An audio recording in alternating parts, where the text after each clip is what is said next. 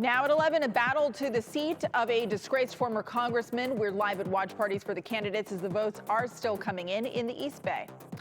Then a social media mega company is on trial, the court case that could change what it means for companies to keep kids safe online. Plus, the Golden State Valkyries are having quite a week. Why punching a playoff ticket isn't the only thing worth celebrating in Valhalla. And you just never know what you might find working on an old house, but it usually isn't this. They were shouting, "We have found gold." But you don't believe it at first until you go closer, take a look, and hold it in your hands. From KPIX, this is the Late News with Sarah Donchie on CBS News Bay Area. Hi, I'm Sarah Donchie. Election day came a little early for some East Bay voters. They are deciding tonight on who will fill the open seat in District 14 and finish out former Congressman Eric Swalwell's term after he resigned during a major scandal. State Senator Aisha Wahab and BART Board Director Melissa Hernandez are in the running tonight. And here is a look at the results so far. Wahab has a pretty slim lead over Hernandez as of right now. They are participating in this runoff because neither got the majority of votes during the June primary. Swalwell stepped away from Congress back in April when several women made sexual misconduct allegations against him after he joined the race for California governor. The winner of today's special election will fill his seat through January, and then both candidates are also facing off for the full term come November. So there is more work to be done here. We do have team coverage for you tonight as the results roll in. Kevin Coe is in Pleasanton at the Melissa Hernandez watch party, while Kara St. Cyr is in Hayward with Aisha Wahab's team. So Kara, we'll start with you. I know there is a lot of counting to go, and the party is over now. But what was the mood like a little bit earlier? Well, like you said, that party did end, but up until the very end, there was a lot of excitement in the room. People were cheering, they were clapping. Actually, whenever Wahab was walking in, they had blasted music for her arrival, and people were excited. Now, even though those numbers have definitely changed since, about an hour ago, there still was a lot of excitement in the room, and they did tell me before the numbers dropped that they were very confident that they would be able to push their candidate through to the finish line. Now, it is a much tighter race, and with Wahab at about 51% and Hernandez at 48%, it's a much tighter race than anticipated. And it is important to note that Hernandez does have a lot of that money. She has a lot of outside spending, and that is a boon to her campaign. But Wahab is looking forward to November because she thinks that there's going to be more voters that could come through, and potentially younger voters. And that is what the campaign is thinking is going to push that vote forward and help her take Swalwell's seat. We are going to win. We won tonight. The margin will only grow, and we are going to work hard to ensure that victory is still in our hands in November. Now, they did have some staff members that were leaving this party late after cleaning up, and they were telling camera crews they're still excited. They still are confident, and they can't wait to see what these numbers are ultimately going to be tonight. Back to you, Sarah. Yeah, it sounds like she's declaring early victory. I think still some tabulation, though, to be done. So we'll have to see how that comes to pass. Kara, thank you for that report. Now, Kevin Coe is also joining us live now from Melissa Hernandez's watch party in Pleasanton, also over at this late hour. Kevin, I imagine the mood was a little bit different there. How were people feeling about the numbers that they've seen thus far?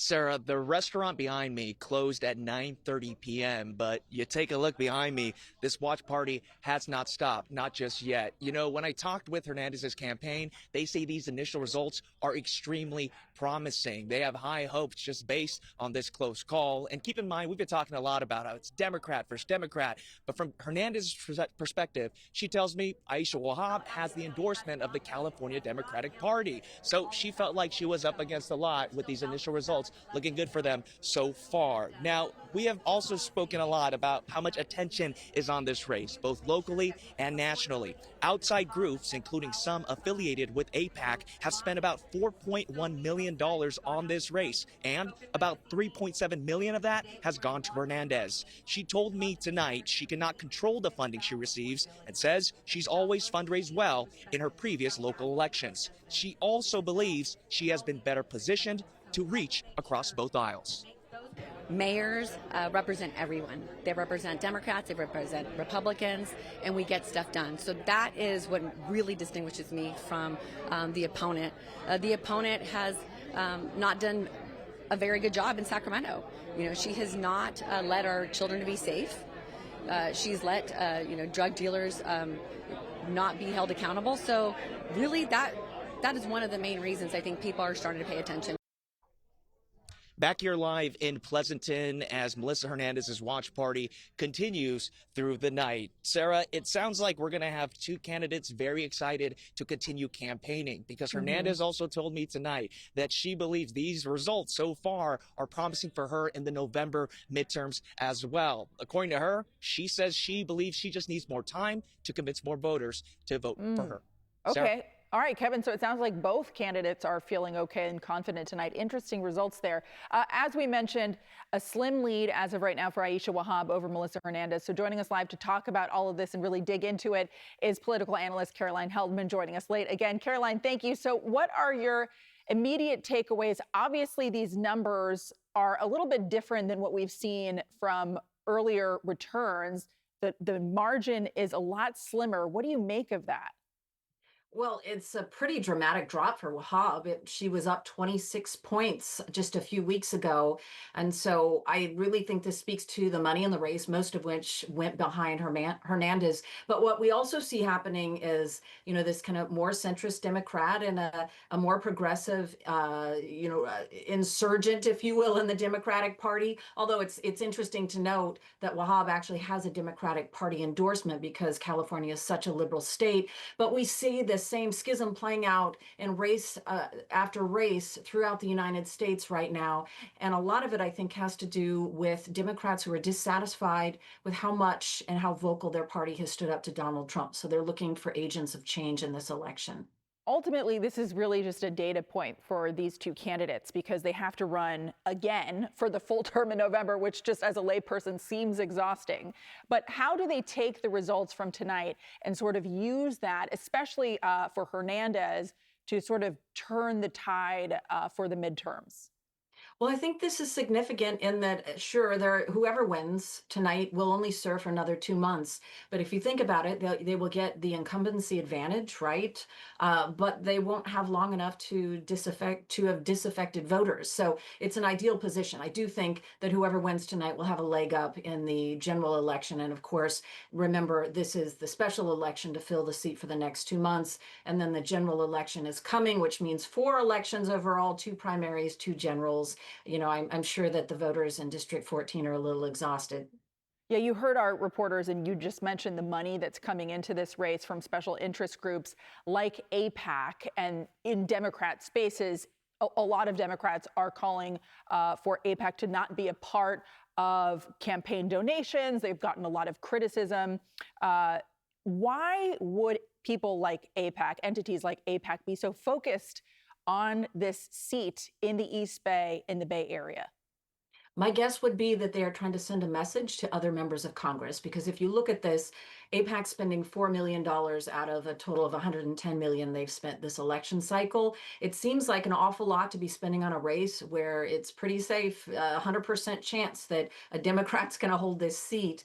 But it really comes down to the fact that at a recent forum, Wahab was asked whether or not what was happening in Gaza is a genocide, and she said yes. And Hernandez did not say yes. She did say that Israel has gone too far, but didn't call it a genocide. And so I think this is a perfect opportunity. If I'm an AIPAC strategist, I'm looking at dumping money into this race to show other members of Congress what might happen if they don't toe the line in terms of being pro-Israel. And it worked, right? There's been a 26-point swing in this race. That is a significant swing, and I would attribute that to the money that's coming into this race from outside.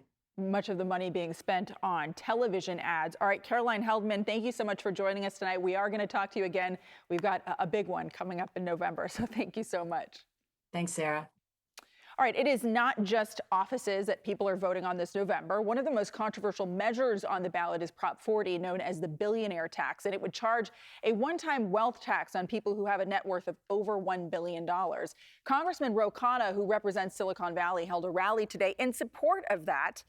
If passed, it would support healthcare, food assistance, and education-related programs across the state. Opponents, though, say that tax could cause the wealthiest Californians to leave completely, while supporters say those businesses make too much money here to leave. Where we've already seen people migrate in response to mostly now non-existent repealed foreign wealth taxes, that you would have people leave. And we've seen people leave. Even if they leave, they're still pouring money into this state. You know why? Because this is the state where they're making trillions of dollars. A new snapshot shows a narrow lead for the billionaires tax. The poll from the UC Berkeley Institute of Governmental Studies shows 48% of likely voters support the tax, while 41% said they would vote no. 11% still undecided. That same poll found a majority of voters against a ballot measure that would require a government ID to vote. 51% of voters plan to vote no on Prop 39. 42% of people surveyed said they would support it. 7% undecided there. As for the special election, we will bring you results as they are updated. You can find those both on air and on our website, kpix.com. The Golden State Valkyries already celebrating one big moment this week. Now there's another one on the way to the Bay. To celebrate what we've built in Valhalla, but for all of the WNBA, felt like the right time. When you can circle the calendar for the WNBA All-Star Game right here in the city. And a landmark trial kicking off today in Oakland. The parents looking to make changes to Meta's social media policies. And we got a lot of cloud coverage to talk about, not just the marine layer, but upper level clouds too, keeping us nice and comfortable. I'll let you know how long the comfortable heat will stick around for coming up in just a bit. And don't forget, KPIX is your home for the 49ers preseason. This Thursday, you can watch the Red and Gold take on the LA Chargers. Pregame coverage starts at 6:30 p.m. with Vern, Matt, and Lorenzo. Kickoff is at 7. Then stick around after the game for the fifth quarter. We'll be right back.